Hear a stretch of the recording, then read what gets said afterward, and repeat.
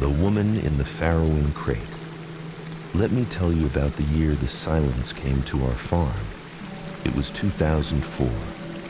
I was 8 years old. We lived in a remote part of Missouri, miles away from the nearest paved road. My father, John, was a hog farmer, a proud man. He used to say the smell of manure was the smell of money. But that year, the money stopped. A plague hit the barns. It was press, blue ear disease. It moved through the herd like a ghost. Sows aborted their litters. Piglets were born blue and gasping for air. The grown hogs just stopped eating, wasting away until their ribs looked like the bars of a cage. The state vets came with orders. Depopulation, a fancy word for a massacre.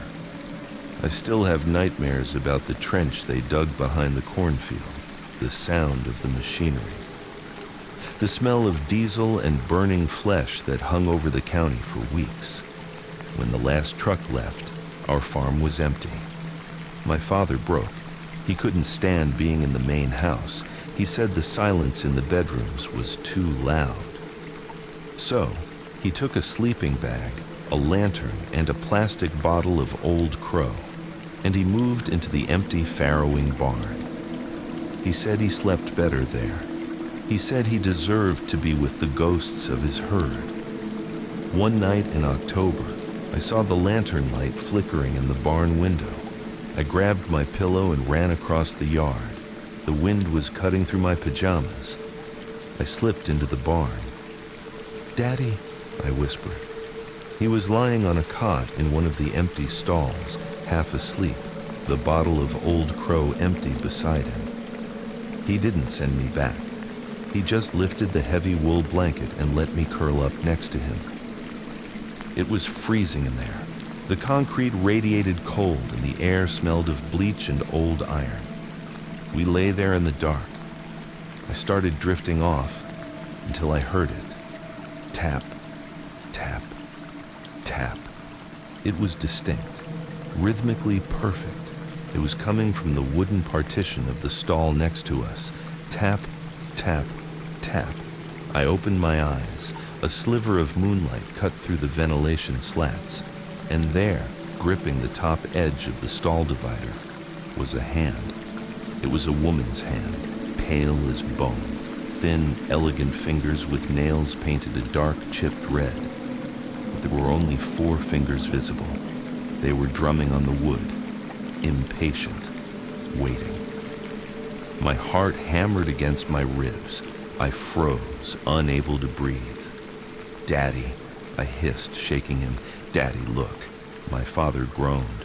He turned over, but he didn't wake up. Not really. When his face hit the moonlight, I gasped. His eyes were open, wide open, but they were empty, and his lips, they curled into a soft, coy smile. A smile that didn't belong on my father's rugged face. He opened his mouth, and a voice drifted out. It wasn't his gravelly baritone. It was lighter, breathless. "Why are you crowding me, sugar? It's so tight in here. You're lying on my legs. They hurt so bad today." I scrambled backward, hitting the cold wall. "Daddy, stop it!" He giggled, a high-pitched, girlish giggle. "Hush now. If John hears us, he'll lock the door again. Just let me out. I need my medicine. I need to go to the city." "Daddy!" I screamed, slapping his arm. The scream seemed to shatter the trance. He gasped, sucking in air as if he'd been underwater. The feminine smile vanished, replaced by sheer terror. He looked at me. Then he looked at the empty stall where the hand had been.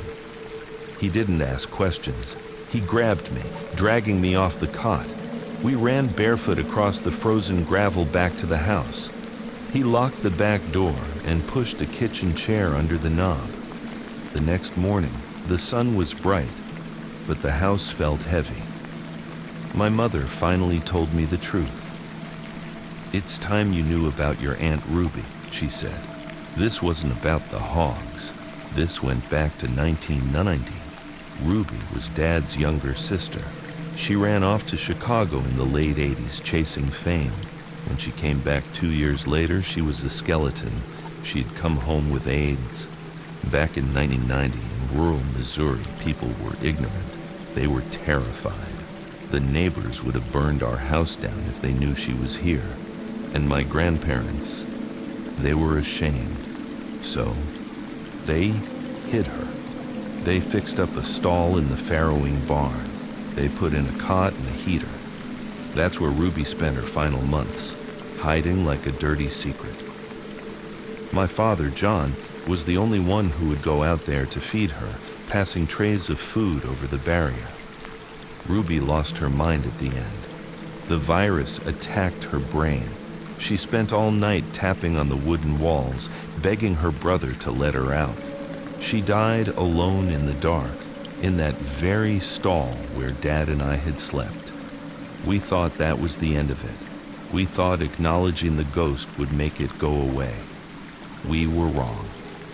3 years later, the farm had bounced back. Dad had money again. To clear his conscience, he renovated the old family cemetery on the hill. He put up a new iron fence and bought a beautiful marble headstone for Ruby. One summer evening, I was up there playing with the neighbor kids, about 7 of us. Among them was a boy named Billy, a loudmouth bully. We were lounging on the grass, tired from playing tag. Billy decided to show off. "I bet I can balance on the sinner's grave," he shouted, hopping onto Ruby's new headstone. "Get down, Billy," I yelled. "Shut up, Sarah." Billy laughed. He lay back on the top of the curved marble stone, crossing his legs, acting like he was sunbathing. "See? Aunt Ruby doesn't mind. She likes a man on—" He never finished the sentence. Billy suddenly went rigid. His eyes rolled back into his head, and he slid off the tombstone like a sack of wet cement. Thud. He lay in the dirt, motionless. We ran over. Slowly, Billy pushed himself up, but he sat in a weird, twisted position, legs swept to the side, one hand propping up his chin. It was a pose of pure feminine vanity. He looked at us. His face was Billy's, but the expression was Ruby's. That same coy, lidded look I had seen on my father's face. "My big brother built this for me," Billy said. His voice was soft, lilting. "Isn't it pretty? Better than the barn." Then, Billy crawled on his hands and knees toward a vase filled with faded plastic lilies and dead weeds. He reached in with both hands, scooping up the black, rock-filled soil. Then, he shoved it into his mouth. Crunch, crunch, gulp. He was eating the dirt, roots, dead bugs, and gravel. He chewed it with a look of absolute ecstasy. Black mud drooled down his chin. He swallowed and reached for another handful. "I'm so hungry, sugar," he whispered to me, black grit coating his teeth. "Nobody feeds me anymore." "John hasn't brought a tray in so long," I screamed. We all screamed. We ran down that hill faster than we'd ever run in our lives. When the adults got up there, Billy was unconscious. They had to pump his stomach at the county hospital. He survived, but he didn't come back whole. For years after, he developed a terrifying phobia of soil. He wouldn't walk on grass. He wouldn't touch a garden. He said he could still taste the rot in his throat. As for the barn, my father tore it down the following spring. He couldn't stand to look at it anymore. But I remember the day of the demolition. I remember seeing my father standing in the wreckage of that specific stall, staring at something on the wooden wall. I walked over to see what he was looking at. The inside of the stall divider, the spot where I had heard the tapping, was destroyed. The wood was gouged deep, shredded into splinters, not by pigs, not by tools. They were scratch marks, hundreds of them, desperate vertical grooves carved by human fingernails, trying to claw their way out. My father never drank Old Crow again, but he never really left that barn either. Even now, years later, when I visit the farm, I'll sometimes find him sitting on the back porch late at night, staring at the empty patch of grass where the barn used to be. He sits there in the dark with 2 plates of dinner on the table, one for him and one for the empty chair across from him. And if you sit there long enough, past the sound of the crickets and the wind, you can hear it. Faint, but unmistakable. Tap, tap, tap. The sound of a sister telling her brother that she's finally full.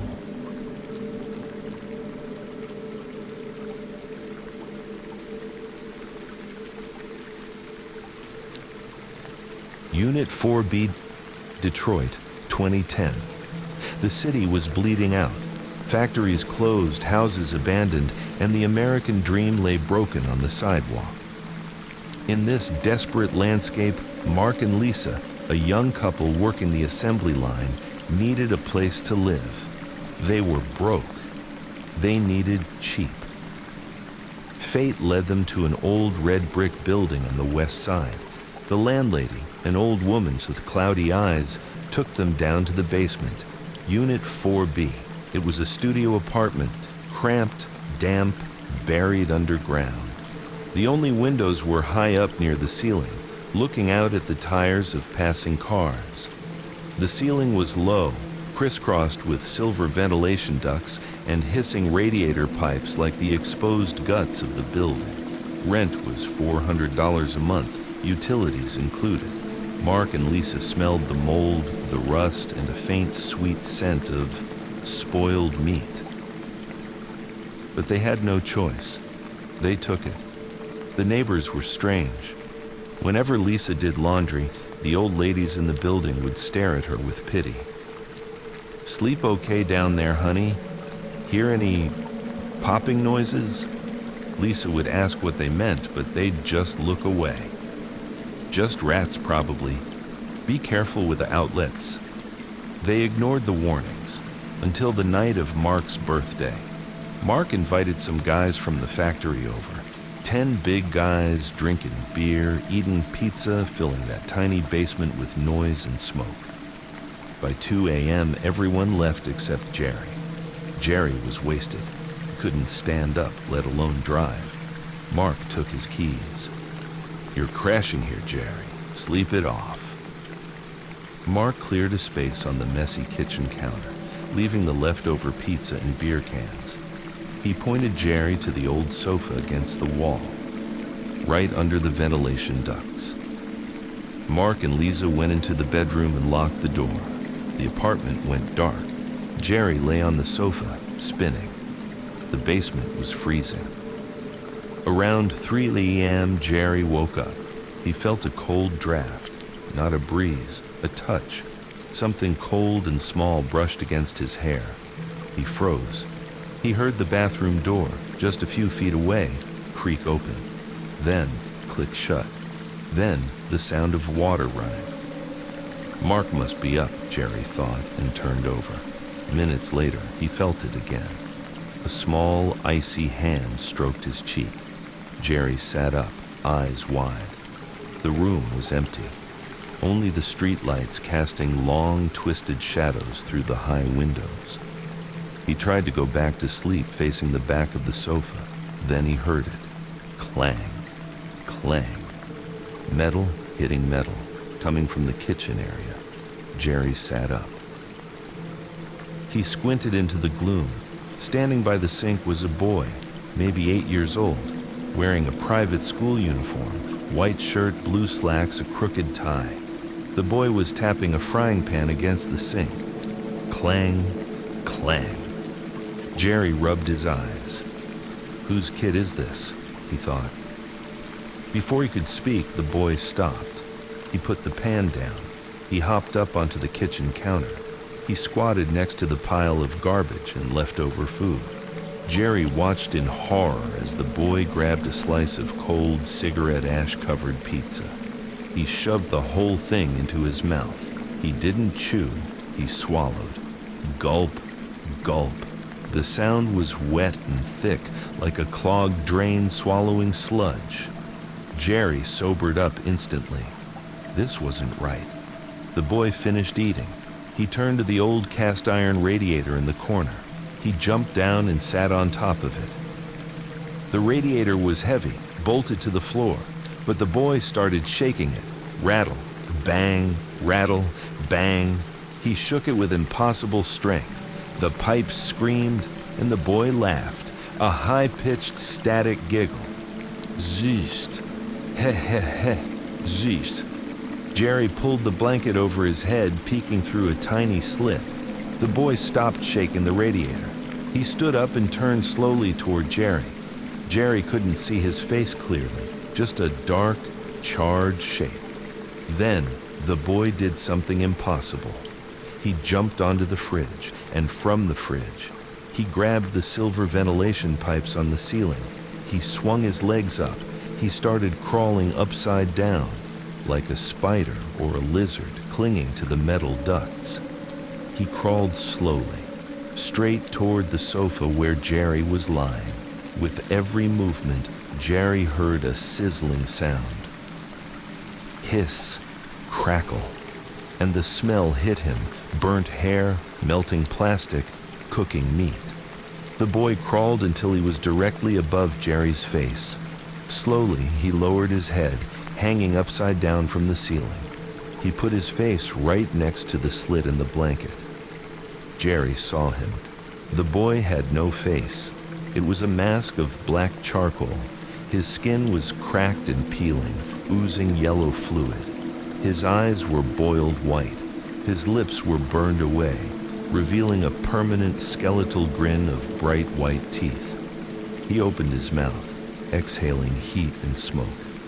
"Mister, fix the light for me." "Ah!" Jerry screamed. He scrambled off the sofa, crawling on his hands and knees, smashing into Mark's bedroom door. "Mark, help me! The burnt kid! He's on the ceiling!" Mark threw the door open, eyes heavy with sleep. Jerry didn't even wait for an invitation. He scrambled between Mark's legs, scuttling across the floor on his hands and knees like a frightened animal, and dove straight under the bed. He curled up in the darkest corner against the wall, shivering so hard the bed frame rattled. "Mark, close the door! He's on the ceiling!" Jerry screamed, his voice cracking. Mark grabbed a baseball bat and ran into the living room. He flipped the lights on, ready to swing, empty, silent. The windows were still locked tight. The only sound was the humming of the refrigerator. Mark lowered the bat, sighing in frustration. He walked back to the bedroom. "Jerry, come out. There's nobody there. You're just wasted, man. The booze is messing with your head." He tried to drag Jerry out by the ankle, but Jerry kicked and clung to the bedpost, shaking violently. "No, please," Jerry slurred, his eyes wild and bloodshot. "Don't make me go out there. He's waiting. He wants me to fix the light." Mark was too tired to argue. He tossed a spare blanket onto the bedroom floor near the foot of the bed. "Fine, stay here. But shut up."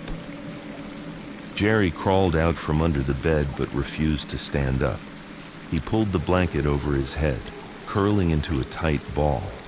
The terror was real, but so was the alcohol. The heavy amount of beer he'd consumed was finally pulling him down like an anchor. Within minutes, his sobbing turned into jagged, heavy breathing. His body simply shut down from the toxic mixture of intoxication and pure exhaustion. Mark left the bedside lamp on, locked the bedroom door, and eventually drifted into an uneasy sleep. The sun didn't exactly rise in a basement apartment. The room just turned a lighter shade of gray. Mark woke up around 8 a.m. His head was pounding. He looked down at Jerry, who was still passed out on the rug, snoring softly. Mark wasn't angry anymore, just annoyed and thirsty. He needed water and a strong coffee before dealing with his hungover friend. He stepped over Jerry, unlocked the bedroom door, and walked out into the living room. The air in the main room felt heavy, stale. Mark rubbed his eyes, walking toward the kitchen sink. He expected to see the mess from the party, the beer cans, the pizza crusts, but as he reached for a glass, he stopped. The smell hit him again. That scent of burnt hair and charred meat hadn't faded with the morning light. In fact, it was stronger. He looked around. The pizza box on the counter was shredded, as if clawed by an animal. And then he looked up. Mark dropped the glass. It shattered on the floor. Running along the silver ventilation duct, all the way from the top of the fridge to the spot above the sofa, were handprints. Black, soot-stained handprints. They weren't just smudges. They were burned right into the metal paint, melting the surface. Hearing the glass break, Jerry stumbled out of the bedroom, rubbing his eyes, looking pale and sick. Mark didn't say a word. He just pointed up. Jerry looked. His knees gave out and he slid down the doorframe, covering his mouth to stop a scream. "See?" Jerry whispered, tears instantly returning to his eyes. "I told you, he crawled there." Mark got a ladder. He tried to wipe one off. He pulled his hand back. It wasn't dust. It was burned into the metal. The paint was blistered and melted in the shape of small hands. And next to the burns was a sticky, yellow fluid that smelled like death. They called the landlady. When she saw the ceiling, she broke down. She finally told them. 2 years ago, a single mom lived there. She worked nights. Her 8-year-old son was terrified of the dark. One night, the kitchen light flickered. The boy tried to fix it. He climbed on the counter and stuck a metal fork into the socket. The surge was massive. It blew him backward. In his final spasm, he grabbed the ventilation pipe above him. The current locked his muscles. He hung there, sizzling, for hours until his mother came home. He died in his school uniform. Mark and Lisa moved out that day. They left their deposit. They left their furniture. Jerry never drank again. He can't even look at a ceiling fan without shaking. But here is the worst part. Months later, Mark drove by the old building. He saw a workman painting the front door. Mark asked, "Did anyone rent the basement unit?" The workman went pale. He shook his head. "No, we tried to renovate it. We painted over that ceiling 3 times. Heavy industrial primer." He leaned in, whispering, "But every morning, the paint peels off, and those black handprints, they come back. And last week, we found new ones, smaller ones, like he's inviting friends over to play."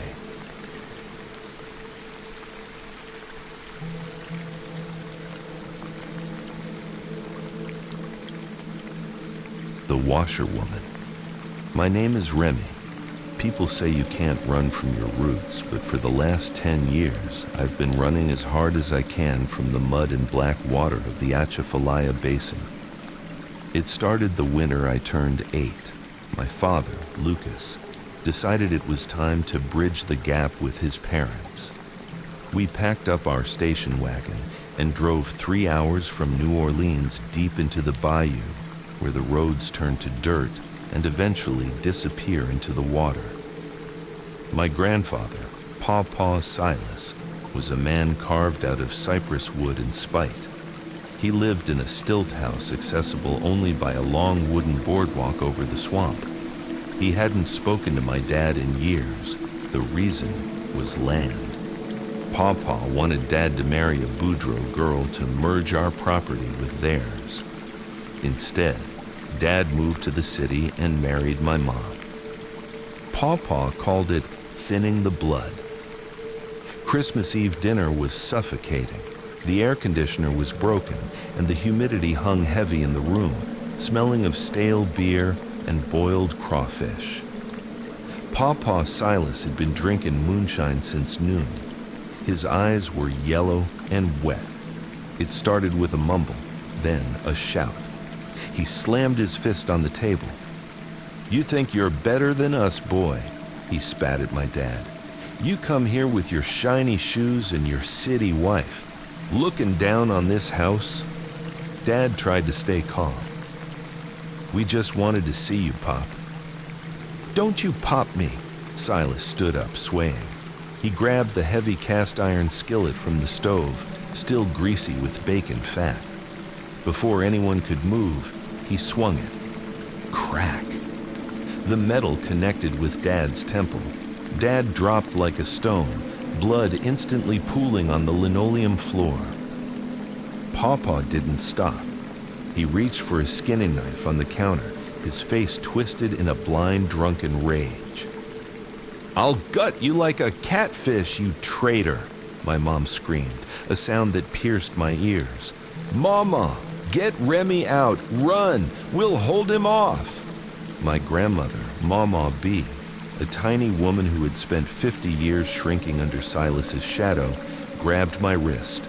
Her grip was surprisingly iron tight. We burst out the back door. "We can't take the boardwalk," she hissed, pulling me toward the dark tree line. "He'll see us. We gotta take the trapper's trail."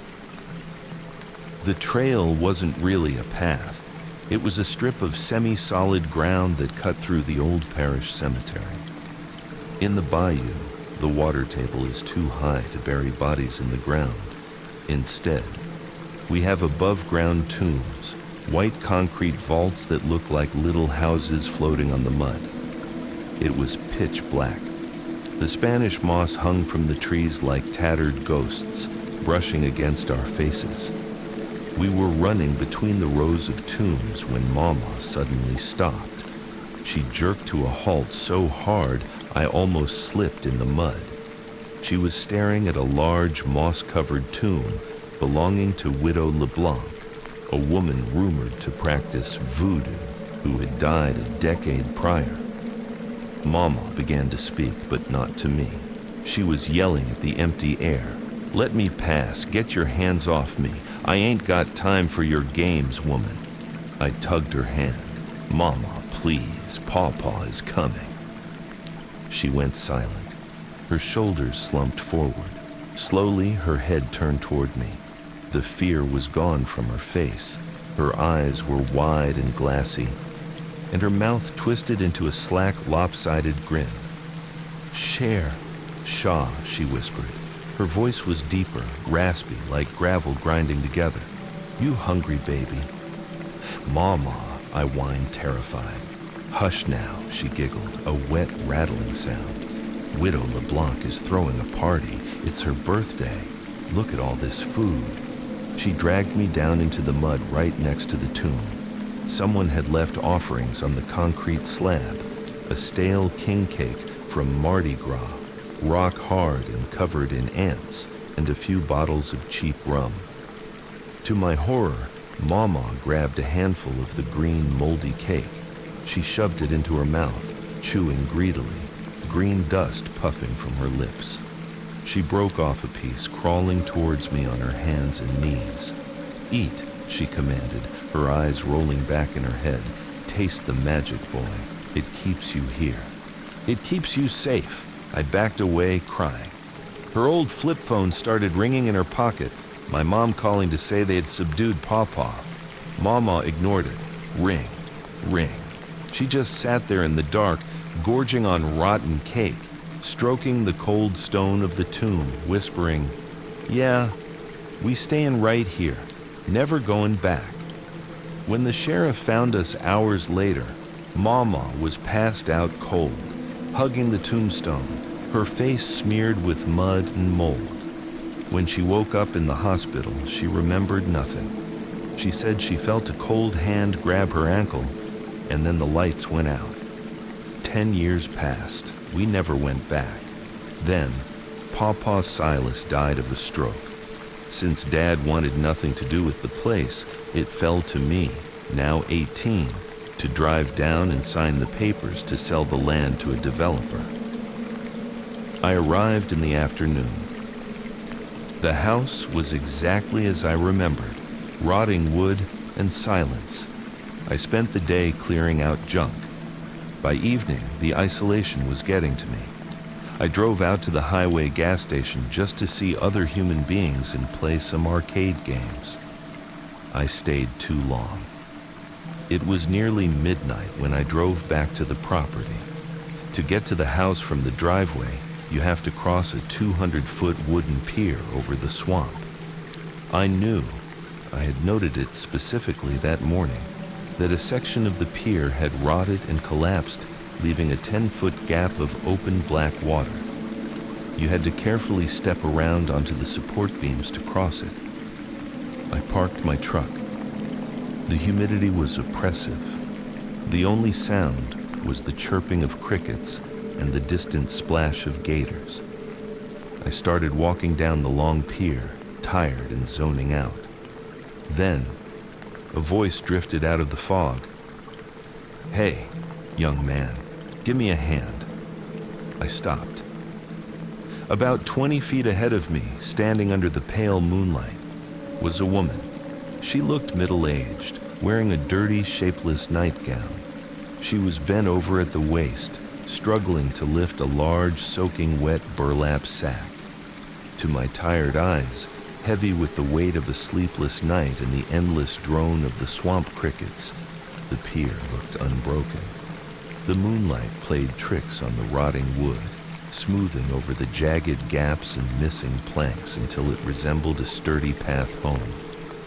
It didn't look like a ruin. It looked like salvation. A perfect silver-lined walkway stretching out over the black, oily water, inviting me to step forward, to rest, to let my guard down just for a moment. The gap wasn't there. She wheezed, looking up at me. "This sack of crawfish is too heavy. I need to get it to the shed before they spoil. Help an old lady?" I didn't sense danger. I just saw a neighbor who needed help. "I got it, ma'am," I said. I walked up to her. I reached down and grabbed the sack. It was impossibly heavy. Cold, slimy water leaked from the fabric, soaking into my jeans. It smelled of stagnant river water and decay. "Thank you, Cher," she whispered. She started walking ahead of me. "Faster now, the water is rising." I hoisted the sack onto my shoulder. It felt like it weighed 100 pounds. I followed her. I fell into a trance, the rhythm of her footsteps on the wood. Thump, thump. My mind went blank. I just needed to carry the weight. I needed to follow her. We walked further out. The darkness swallowed us. "Faster," she urged, her voice sounding wet, like bubbles popping. "Remy, stop!" A blinding beam of light hit my face. The sudden brightness shattered the trance. It was Mr. Boudreau, the neighbor, out on his skiff hunting frogs. He was shining his spotlight right on me. I jolted awake. I dropped the sack. Clang! It didn't sound like crawfish. It sounded like heavy metal hitting wood. I blinked, shielding my eyes from the light. The woman was gone. The burlap sack was gone.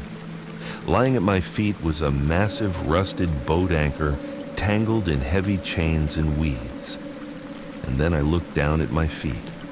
My toes were hanging over the broken edge of the pier. One more step, just one more step following that woman, and I would have walked straight off the edge into 20 feet of black gator-infested water, clutching a heavy iron anchor. I would have sunk to the bottom in seconds. Suddenly, the roar of an outboard motor shattered the silence. Mr. Boudreau pulled his skiff up hard against the pilings, the wood screeching in protest. The lantern light from his boat cast long, dancing shadows across his face. He looked pale, like he'd just seen a ghost himself. "Boy, are you crazy?" he yelled, his voice cracking over the sound of the idling engine. "Get away from there!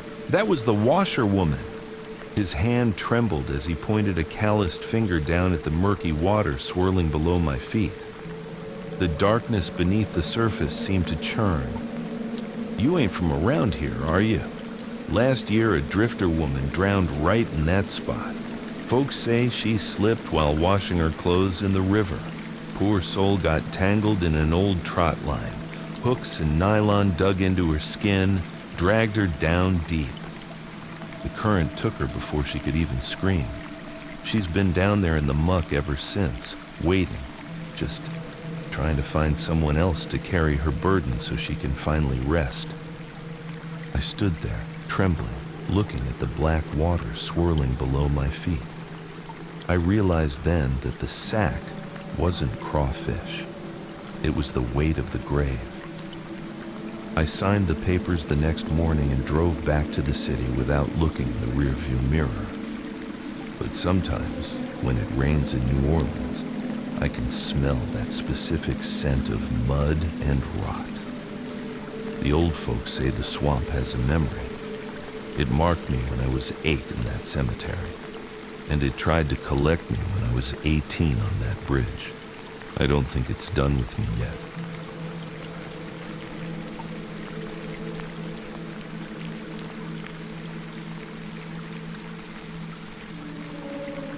The BABYMOON. Remember the summer of 2021.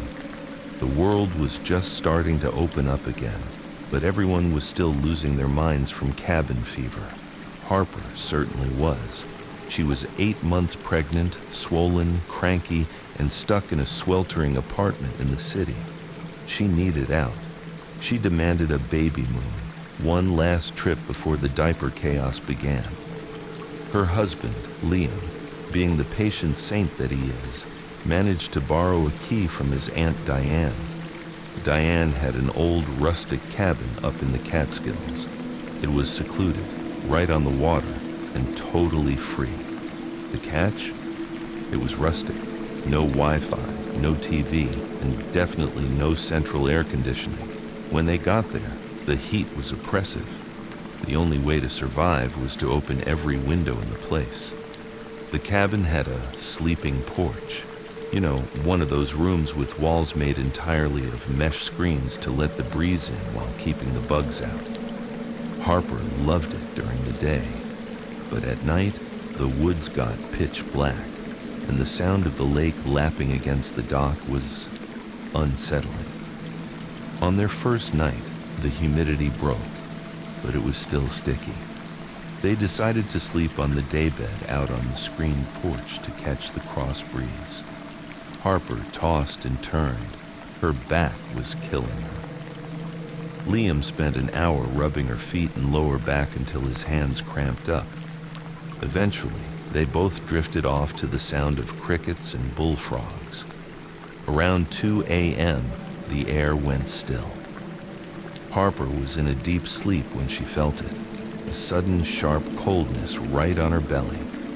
In her half-asleep state, she thought, "Liam must have put an ice pack on me," she mumbled, eyes still closed. "Liam, stop. It's too cold. Move it." No answer. Just the sound of Liam snoring softly on the other side of the bed. But the coldness didn't stop. It moved. It started circling her baby bump. Rub, rub, rub. It felt like a block of ice melting against her skin. Harper groaned, annoyed. She swatted at her stomach. "Liam, seriously, cut it out." Her hand brushed against something wet and small. Her eyes snapped open. Moonlight was filtering through the mesh screens, casting long blue shadows across the porch. Sitting on the edge of the bed right between her legs was a little boy. He couldn't have been more than 5 years old. He was pale, deathly pale, like moonlight reflecting off white marble. He was wearing nothing but a pair of faded red swim trunks, and he was soaking wet. Lake water was dripping off his matted hair, running down his small chest and pooling onto the sheets. Drip, drip, drip. He had both of his small, pruny hands pressed flat against Harper's pregnant belly. He was caressing it, fascinated, and he was smiling. A wide, toothy grin that stretched a little too far across his face. But his eyes, they were black holes, just staring at the life inside her. Harper's brain short-circuited. She didn't scream ghost immediately. She screamed, "Hey!" She kicked out, scrambling backward, pulling the sheet up. "Who are you? How did you get in here?" The boy didn't flinch. He just kept smiling. "Liam!" Harper screamed, shaking her husband. "Wake up! There's a kid in here!" Liam jolted awake, disoriented. "What? Who?" Harper pointed at the foot of the bed. "Him! Look at him!"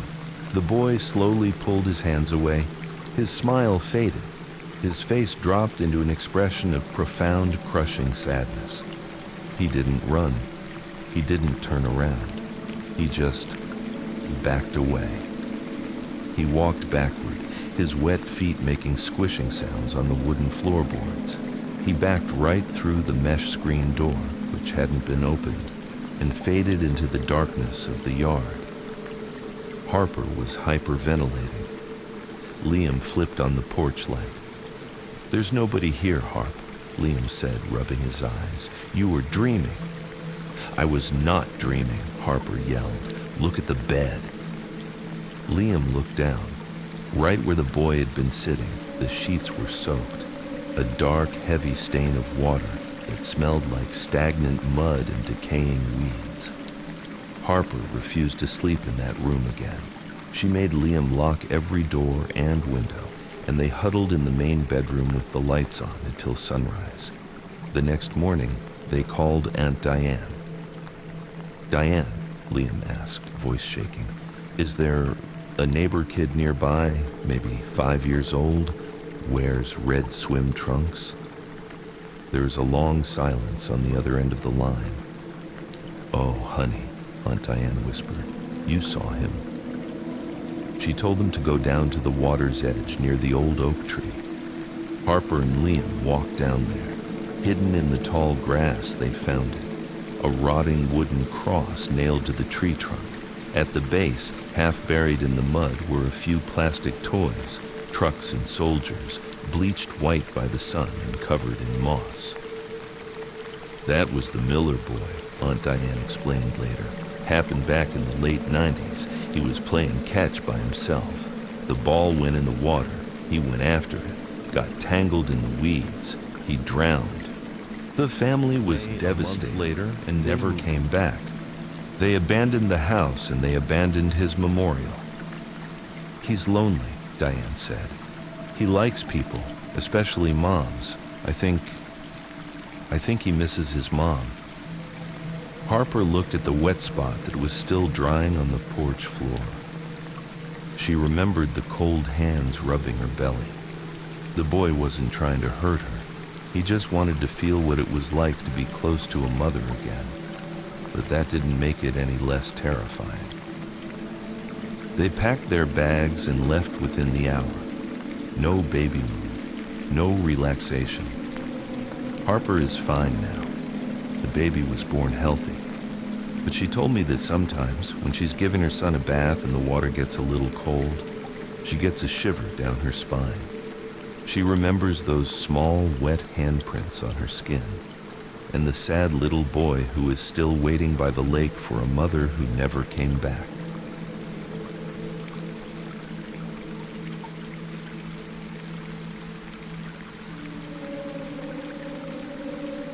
Do not touch the dead boy's flowers.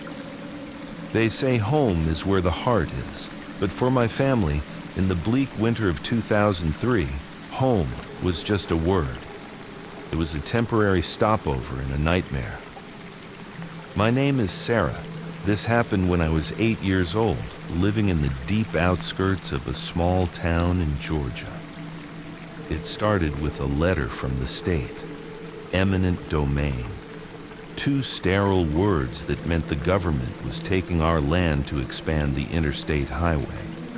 There was no negotiation, just a check for the market value and a deadline. We had 90 days to pack up our entire lives and get out. My parents, Thomas and Martha, were stressed beyond belief. Trying to find a permanent house right before the holidays was impossible. So we settled for a rental. We found an old, drafty farmhouse on the western edge of town. where the asphalt faded into red clay dirt roads.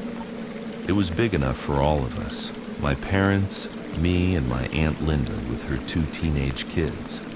The house itself was fine, just old.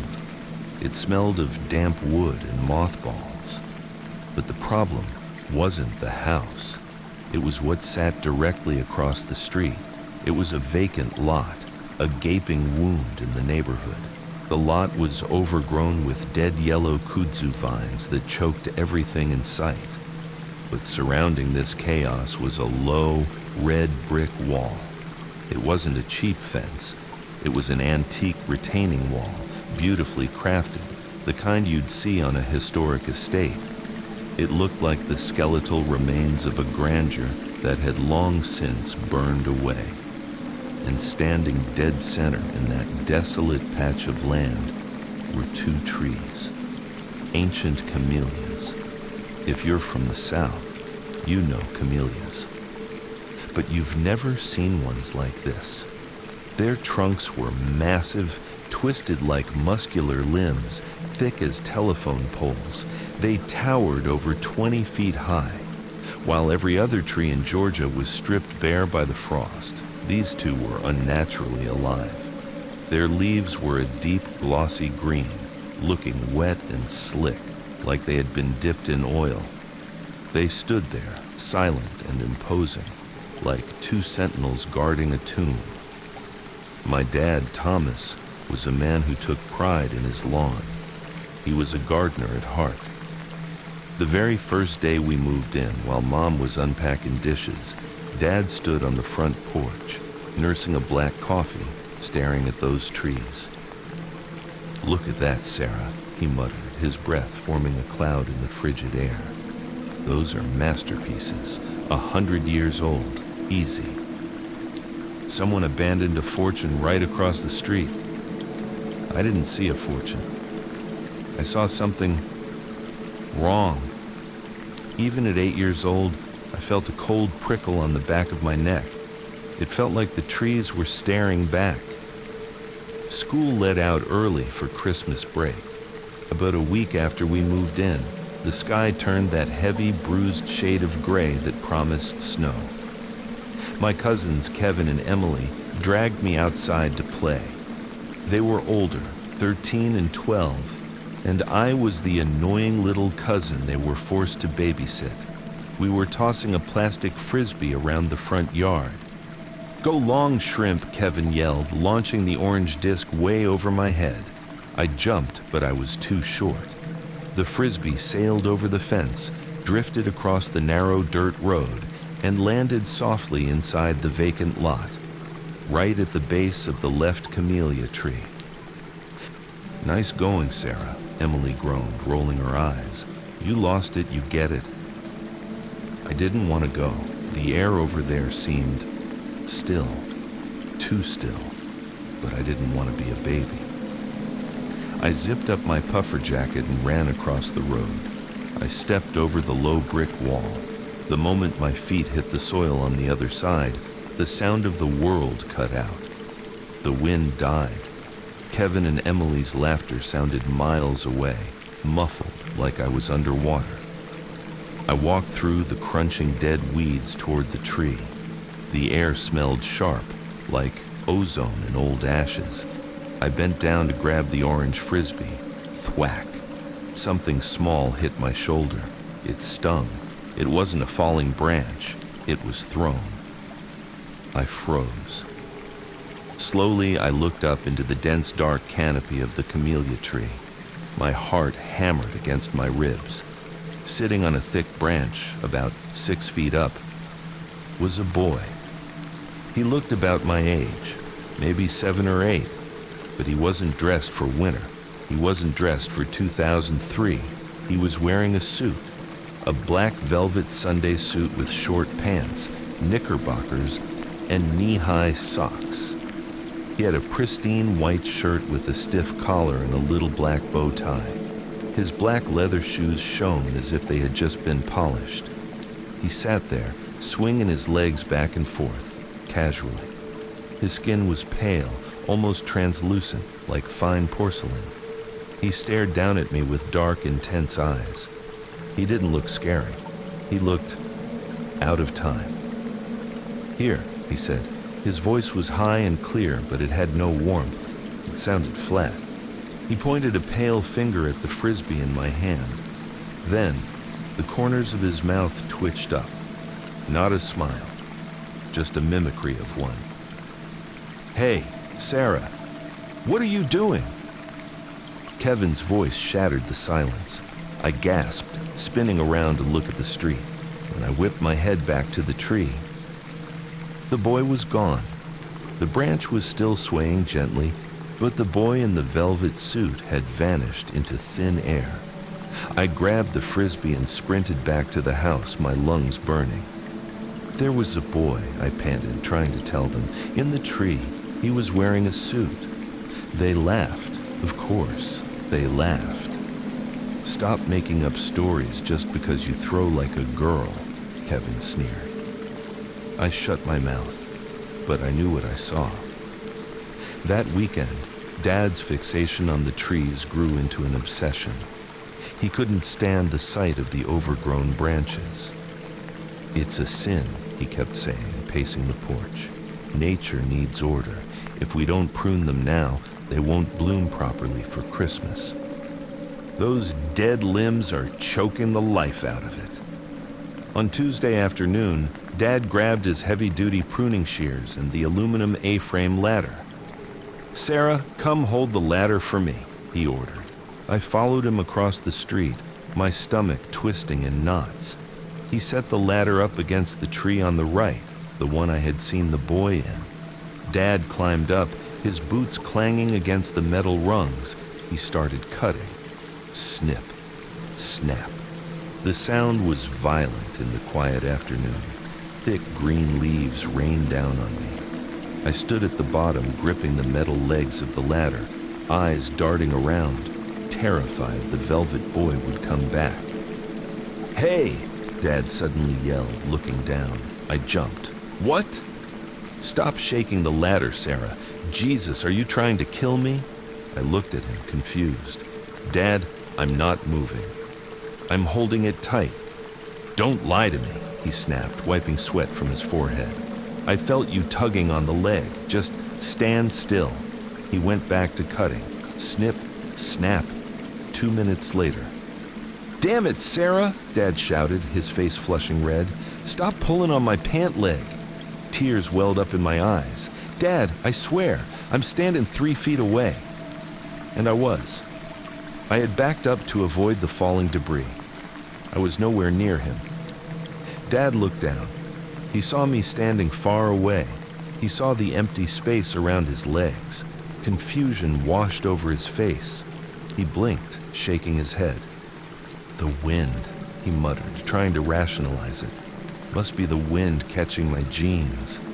He reached up to cut a particularly thick branch near the top.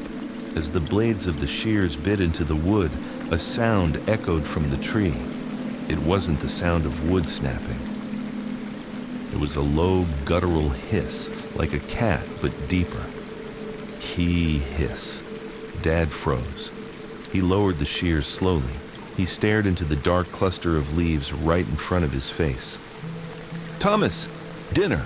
Mom's voice rang out from across the street. The spell broke. Dad scrambled down that ladder faster than I'd ever seen him move. He didn't even fold it up properly. He just grabbed it and power walked back to the house, leaving a pile of cut branches on the ground. His face was pale as a sheet. Dinner was quiet. Dad barely touched his pot roast. He kept glancing out the window at the dark outline of the trees against the night sky. "I have to finish it," he whispered, mostly to himself. "Thomas, don't," Mom said softly. "It's freezing out there. Do it tomorrow." "No." Dad stood up, his eyes glassy. "I left it half done. It looks wrong. I just need to get that one top branch. Just 5 minutes." He went to the garage and strapped on his headlamp. The beam cut a bright cone of light through the dark living room. I don't know why, but I followed him. I stood on the safety of our front porch, wrapping my arms around myself, watching him cross the road. The darkness over there was absolute. Dad turned on his headlamp. The beam illuminated the twisted bark of the camellia tree. He set up the ladder again. He climbed, 1 step, 2 steps. The metal groaned. From the porch, I watched him reach the top. His light played across the glossy leaves. Snip. 1 branch fell. Then, Dad stopped. His headlamp beam was fixed on something. He wasn't moving. He wasn't cutting. He was just staring at a spot on the thickest branch, right at eye level with him. And then, I saw it too. Even from across the street, illuminated by the harsh white LED light of my father's headlamp, I saw him, the boy in the velvet suit. He was sitting on the branch, face to face with my father, but he wasn't the pristine porcelain doll I had seen before. He turned his head. Half of his face was gone. It looked like melted wax. The skin was charred black, dripping and sagging off the bone. The flesh underneath was raw, wet and red. His left eye was fused shut, a grotesque lump of scar tissue. But the right eye was wide open. It was bloodshot, bulging, and burning with a hate so pure it felt like heat. The boy raised a hand. It was a claw, blackened, shriveled, the fingers fused together from fire. He reached out toward my father's shears, and then a voice exploded in my head. It wasn't a sound. It was a thought forced into my brain. It sounded like dry leaves burning. "Don't touch mine!" "Ah!" Dad screamed. It was a raw, primal sound of terror. He flailed backward, losing his balance. The ladder tipped. Crunch. Dad hit the pile of bricks and debris below. The silence that followed was deafening. "Call 911, Mom screamed as we raced across the street. Dad was lying in the dirt, his leg bent at a sickening angle. He was conscious, but he wasn't there. His eyes were wide, staring up at the night sky, pupils dilated. He was drooling, and he was babbling. Ring around the rosied ashes, ashes, we all fall down. Over and over again. A nursery rhyme. The paramedics took him away. Mom went with him. Aunt Linda stayed with us. The next morning, we were packing. Mom had called from the hospital at 4 a.m. and said, "Pack the bags, we are leaving. I don't care where we go, but we are not spending another night in that house." As I was dragging a box to the car, an old man walked by. It was Mr. Henderson, a neighbor from down the road. He stopped, looking at the broken ladder still lying in the vacant lot. "Your daddy tried to prune the trees, didn't he?" he asked. His voice was thick with a southern drawl and years of tobacco smoke. I nodded, clutching my stuffed bear. Mr. Henderson sighed, looking at the trees with a mix of fear and pity. "That lot," he pointed with a shaking hand, "used to belong to the Harringtons, timber barons, rich folks back in the 30s. He leaned in closer. Old man Harrington had a grandson, the apple of his eye. When the boy was born, the old man planted those 2 camellias. Said they were a birthday gift that would grow with the boy, a living legacy." The wind picked up, rustling the dry leaves. Winter of 1938, the boy's 7th birthday. They say a spark from the fireplace, or maybe the Christmas lights on the trees, caught the curtains. The mansion went up like a torch. Everyone got out, except the boy. Mr. Henderson looked up at the high branches. He was trapped in his room on the 2nd floor. He tried to climb out the window, onto that tree. His tree. They say he burned to death right there, clinging to the branches of his birthday present. He looked at me, his eyes grave. People tore the house down years ago, but nobody touches the trees. The last man who tried to cut them down His chainsaw kicked back, nearly took his head off. The sap runs red, little lady, like blood. That boy.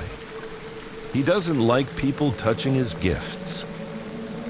As Mr. Henderson walked away, I turned to look at the trees one last time. My breath hitched in my throat. Overnight, the trees had bloomed, thousands of flowers. But they weren't pink or white. They were red, a deep, dark crimson red. They covered the trees like fresh wounds, vibrant and horrifying against the gray winter sky. They were beautiful. And then, as I watched, a sudden gust of wind blew.